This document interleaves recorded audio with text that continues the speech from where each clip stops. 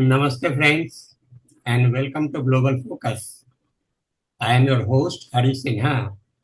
In today's episode, we dive into one of the most volatile flashpoints of our time, the escalating war between Iran and Israel. This conflict is not just redrawing West Asian geopolitics, it's putting global stability at risk. But what does this mean for India?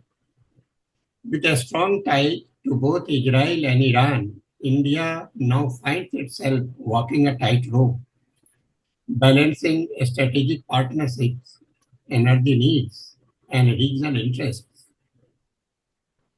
To help us unpack this complex diplomatic puzzle, we are joined by Saptarshi Basu, a respected geopolitics expert and a dynamic educator, known for making tough global issues accessible and engaging. Stay with us as we explore India's strategic dilemma in a world that's changing by the hour. So, Namaste Saptarshi Basuji. Welcome to our platform. Thank you for inviting me, sir. Sir, this is a very interesting part, and the world is anxiously looking at it, how far it will go. So, just to unpack this issue, my first question to you: how can India maintain its delicate diplomatic balance between Iran and Israel without alienating either side or its Gulf partners? What do you say about it? This is actually the real challenge. When two of your closest allies, one is a long-term ally right from beginning, and is a natural ally because both are threatened by the OIC countries and the specific ideologies. Both countries have been attacked right from the start of the independence. Yeah. When they gained the independence, right from that time, both countries have been victims of terrorism for a very significant amount of time. Both countries have restive populations inside which are basically antithetical to the state of the host country. Now, given these similarities, there is nothing but natural alliance with Israel. Iran has a historical relationship with India, and the relationship can be best termed as complicated. There have been situations where after the Bactrian Greece during the time of Chandragupta Maurya, we were ruling Persia. Because the Greeks had totally destroyed Persepolis, taken over the Persian state, and they were overlords right up to the border of Taxila, which after the defeat of Megasthenes and Alexander and the defeat of Seleucus had fallen to the suzerainty of the Indian overlords or emperors. They were basically, after Helena was married to Chandragupta Maurya, they were our vassal state. Ever since that thing has reversed, and the rise of Persia as a strong and independent kingdom, again from the ashes of the Greek conquest, and the starting of the Pahlavi dynasty and so on and so forth, the line of kings which have continued. Iran has had a bittersweet relationship with India. After the complete Islamization of Iran, both Iran proved to be source of two things. Number one, a continuous stream of invaders like Nadir Shah, like Ahmad Shah Abdali. So if you see the Shah of Gujarati Muslims, they're basically, they are from the lineage of Iran, but they might have been in the Sunni faith. Most of them, like Nasiruddin Shah, is a Sunni Muslim. So they can be of the Sunni faith, but their lineage, if you trace them back, it will be from the Iranian descent, and which can be traced out from the hooked nose. While the Zoroastrianism in Iran had fallen, and the Tariq, sorry, or the Hazrat Umar entered Iran, ravaging the civilization which were once their overlord. Actually, Iran said to were using the Abyssinians or Habsis as their bodyguards and as their auxiliaries and mercenaries. And they also used to use the uh, Arabs as their horse riders and as their archers and kind of raider kind of people, stone throwers. This kind of front row fighters were used as mercenaries by Iranian kingdoms of yesteryears, right from Xerxes onwards. These people have been fighting for the Iranians. After the rise of Islam and under the generalship of Khalid bin Walid, the second prophet, the second or third caliph to be precise, the second caliph, yeah, second caliph of uh, Islam entered Persia and laid it to complete ruins. While that was happening and Zoroastrianism fire was being snuffed out, they came in a boat and took shelter in Gujarat. And hence, India has been a shelter to the Parsi, what we people are known very proudly as Parsis. Today, they are a micro minority and form one of the most productive and rich communities in India. At the same time, the Islam that bloomed in Iran after the fall of Hazrat Umar, following Hazrat the second Caliph,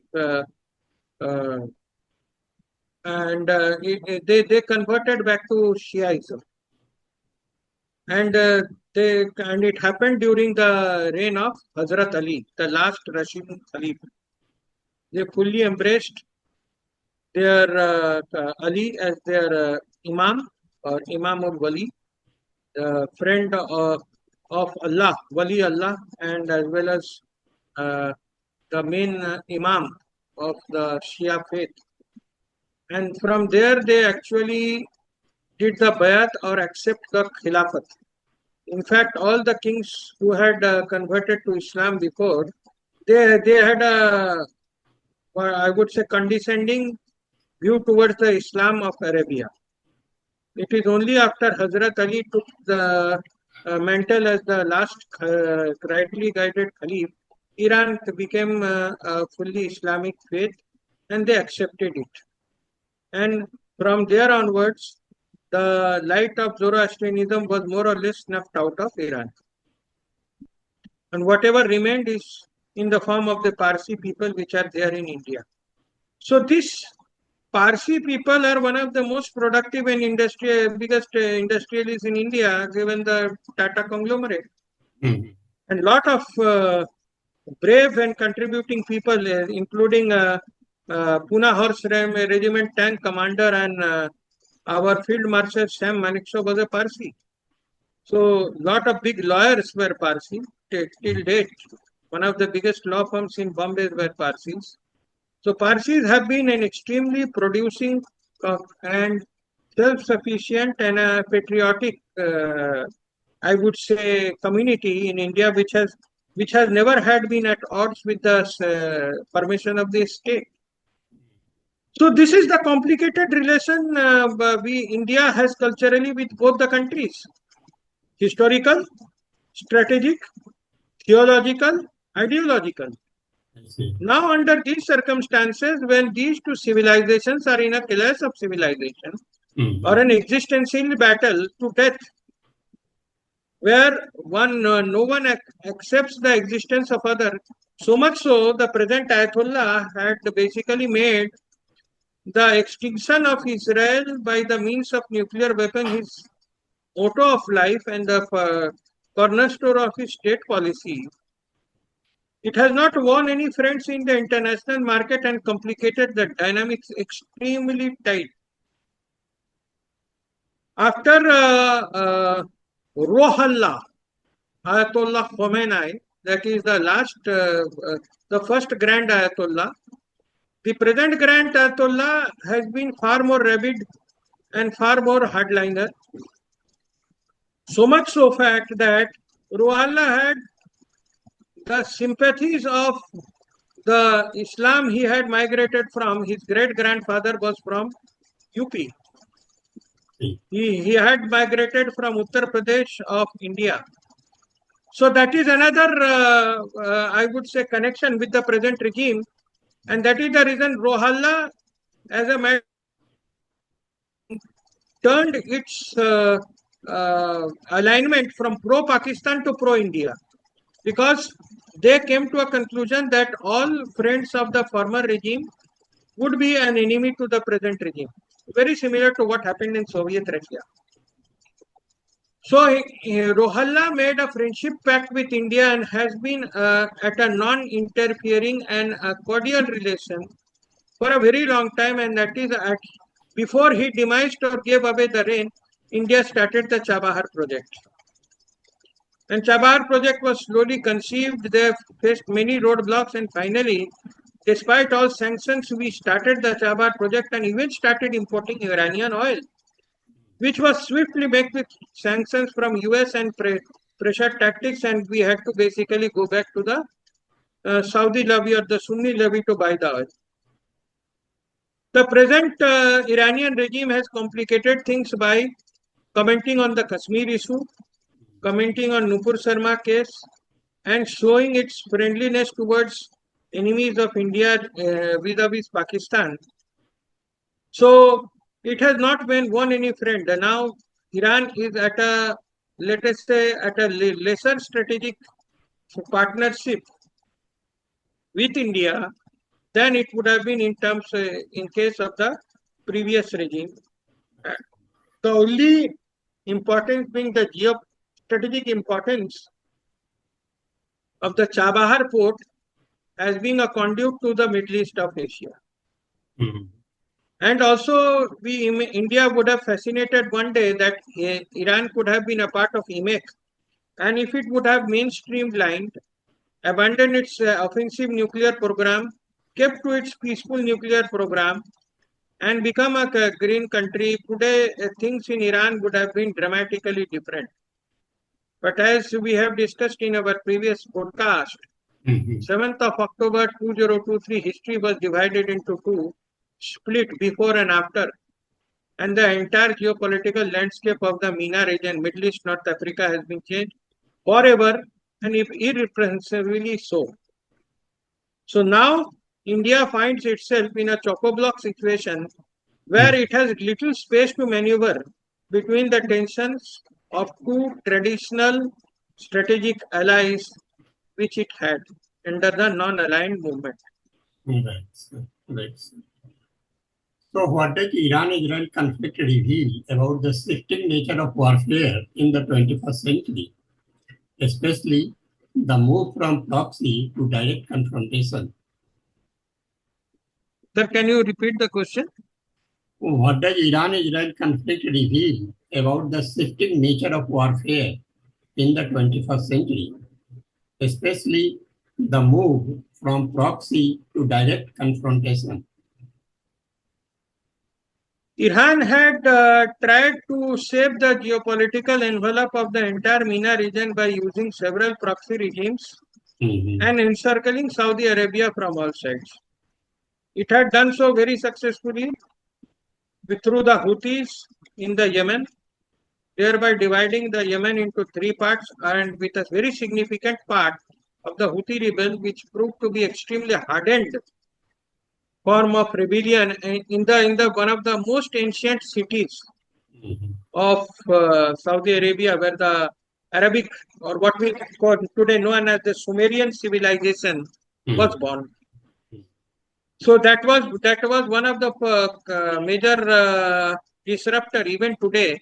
And the Houthis have been a nuisance, much bigger nuisance in terms of maritime terrorism, which emanates from the western side of Bab el Mandeb, the geopolitical choke point.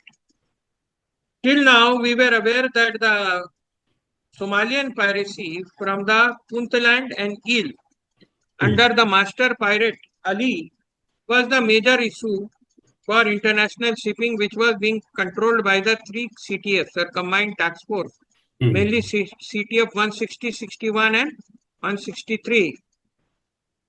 That is the Combined Task Force of the NATO as well as the global fleets. Also, there was a significant presence of the Chinese and Indian fleets. Chinese being situated in Djibouti, Indians being situated near the Madagascar.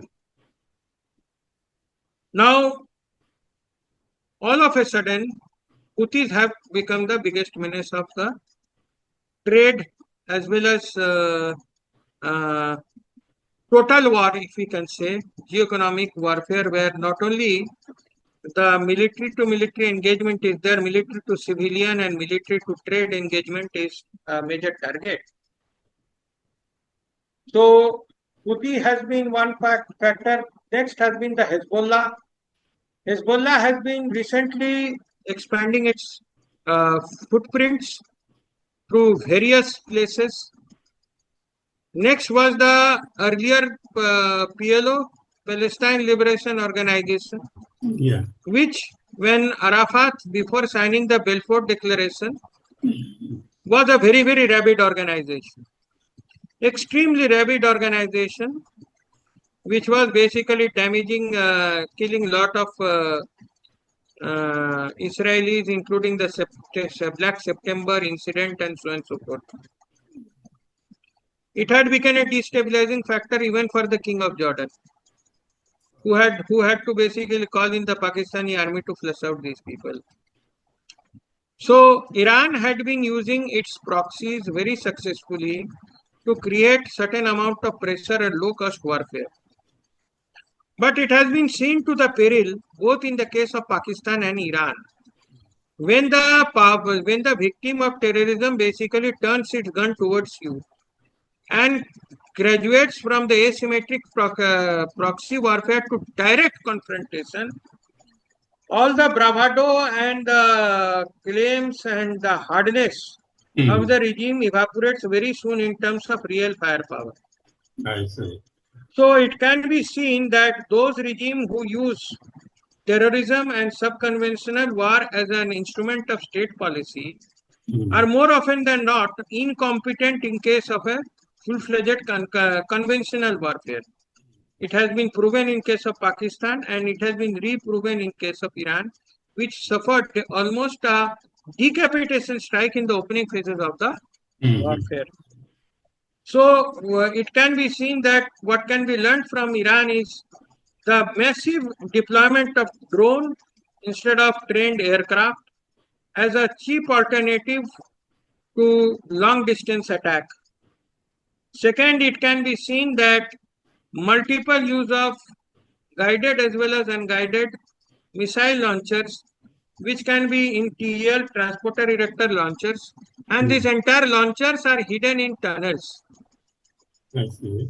Third, can be seen the fortification based tunnel systems as first strike survivable capacities, where you can keep your assets deeply buried underground targets, which may or may not be very successfully impacted by even GBUs.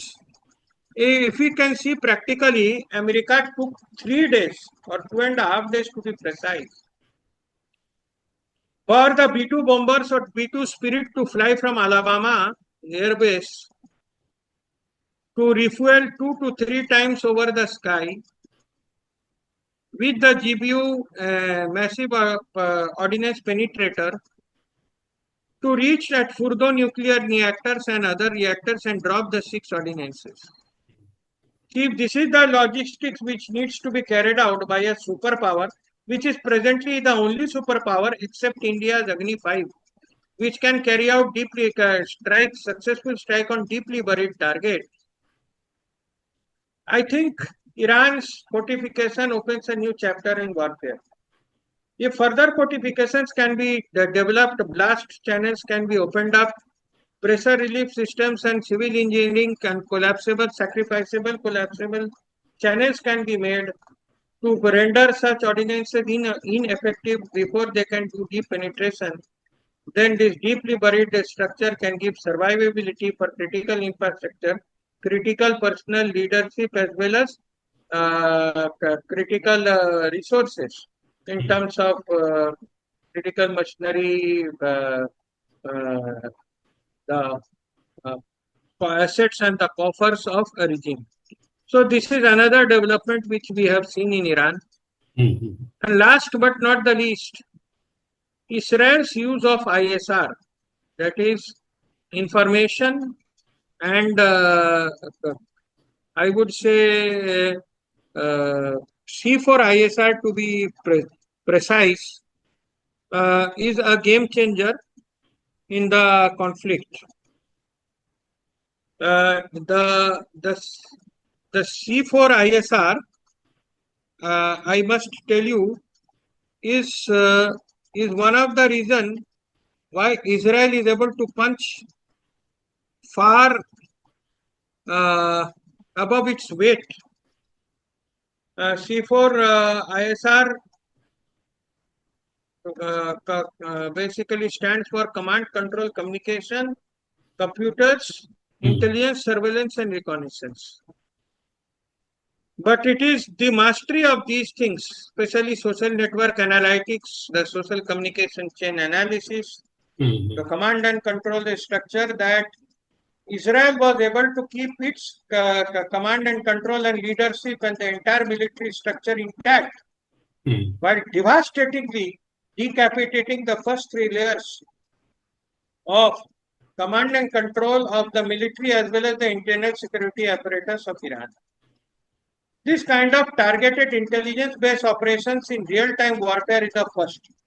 Never ever been so successful after the sabotage operations of what is known as Crusade in Europe by General Dwight D. Eisenhower against the Nazi regime.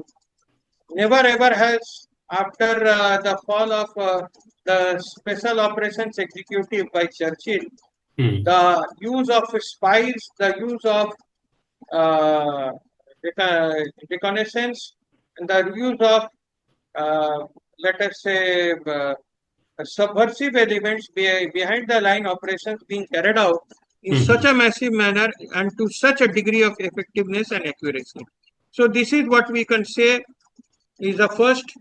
Third is last is the application of space-based assets, satellites, UAV, AI and data analytics, cyber security system, and integrated battle space, informationalized battle space.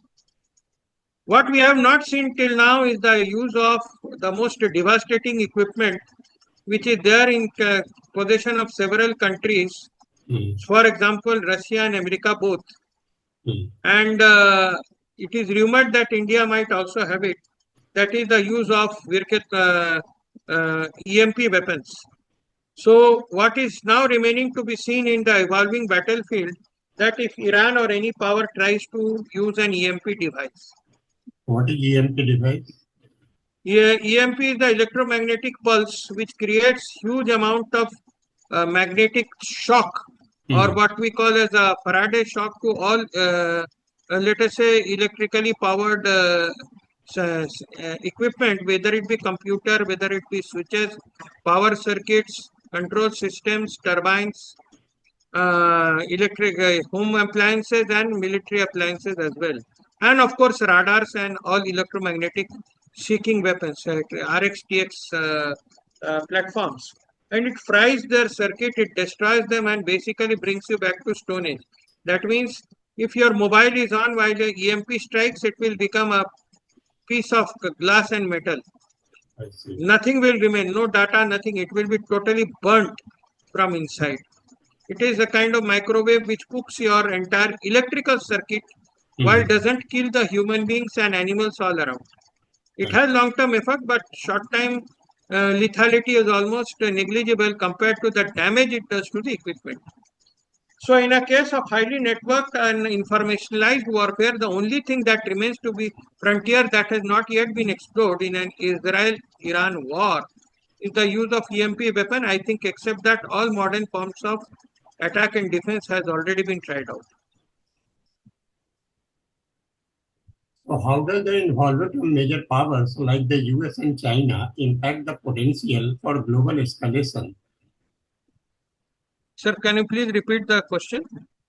How does the involvement of major powers like US and China impact the potential for global escalation?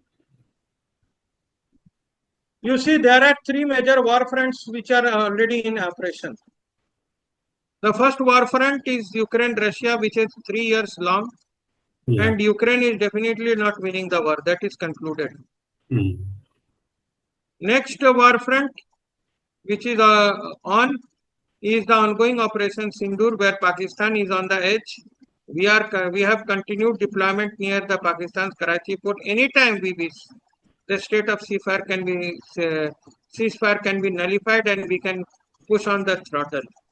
And third active war front is the Israel-Iran conflict, which has fallen after the Operation Sindoor. Mm. In these kind of scenarios, the supply logistics and actors are very much entangled with each other. So, Russia, which was once a great player, had taken the help of Iran initially in the Ukraine. yeah.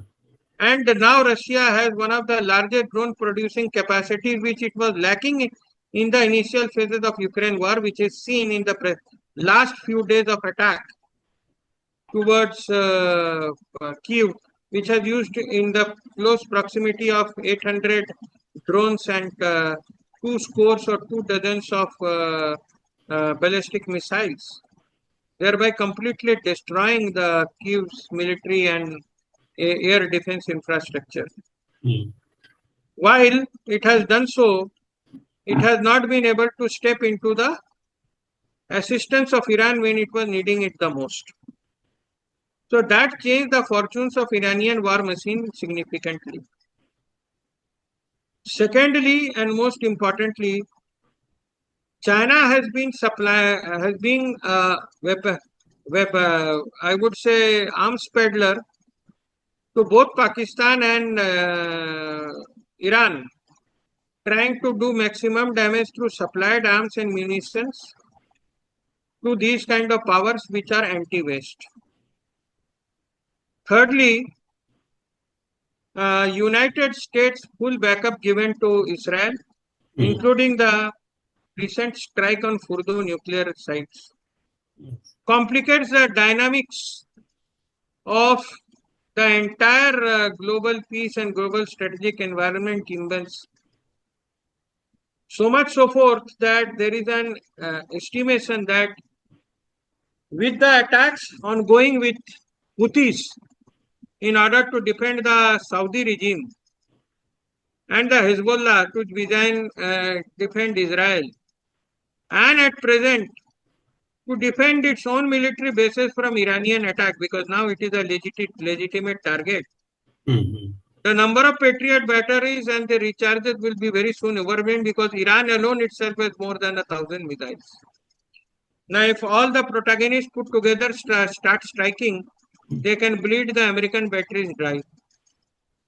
This will give a lot of disadvantage, where then the shipment to Ukraine has to be halted to save these major partners. Mm-hmm. Because Ukraine can look up to Poland and other European partners, while Israel has to be predominantly supported by America. Mm-hmm. Under these circumstances, America will need to deploy and relocate all its assets from the South China Sea, giving China a complete free run on Taiwan. The way Chinese regime is going, it is quite possible that China can open a new theater, a fourth front in South China Sea, and then it might be able to carry out its last mission before 2047, that is complete integration of China under one China policy by military force. So these are the capacities and trajectories by which the war can go in any direction. And there is another trajectory that if the present Iranian regime falls, which there is a very significant possibility. And if the Shah returns through the Operation Living Plan, it will be interesting to see what is the attitude of the Shah towards India-Pakistan corridor or India-Pakistan geopolitical equation.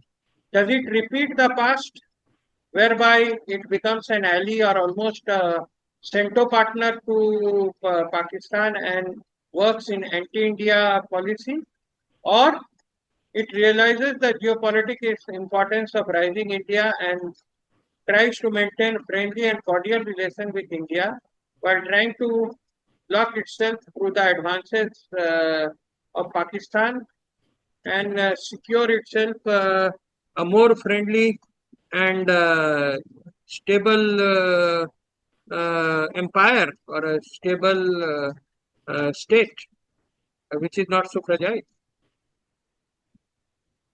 So can international institutions like the UN, IAEA still play a meaningful role in preventing nuclear escalation in regional conflicts? Sir, I request you to please repeat the question. Can international institutions like the UN or IAEA still play a meaningful role in preventing nuclear escalation in regional conflicts? Unfortunately, these people have not been able to prevent any escalation of any conflict after China has successfully carried out institution capture, whereby it has proved morally ineffective and irrelevant, and it has become a partisan bystander, where the role of UN is a peacemaker is a suspect, and it is there to drive home certain agenda of the global left rather than be a constructive peacemaker and a fountainhead of human progress as it was chartered to be. So IAEA is basically a mouthpiece of uh, United States. It quotes what it wants. Like IAEA was not able to conclusively decide whether Saddam Hussein ever had weapons of mass destruction, that is the nuclear weapon or the chemical and biological weapon before the invasion of Iraq. And after the US took, pulled out, it came to the conclusion that actually there were no weapons. So if you have this kind of ridiculous role to play, then it is not possible that any self-respecting sovereign regime will take the suggestions from such multilateral institution into their state policy calculus.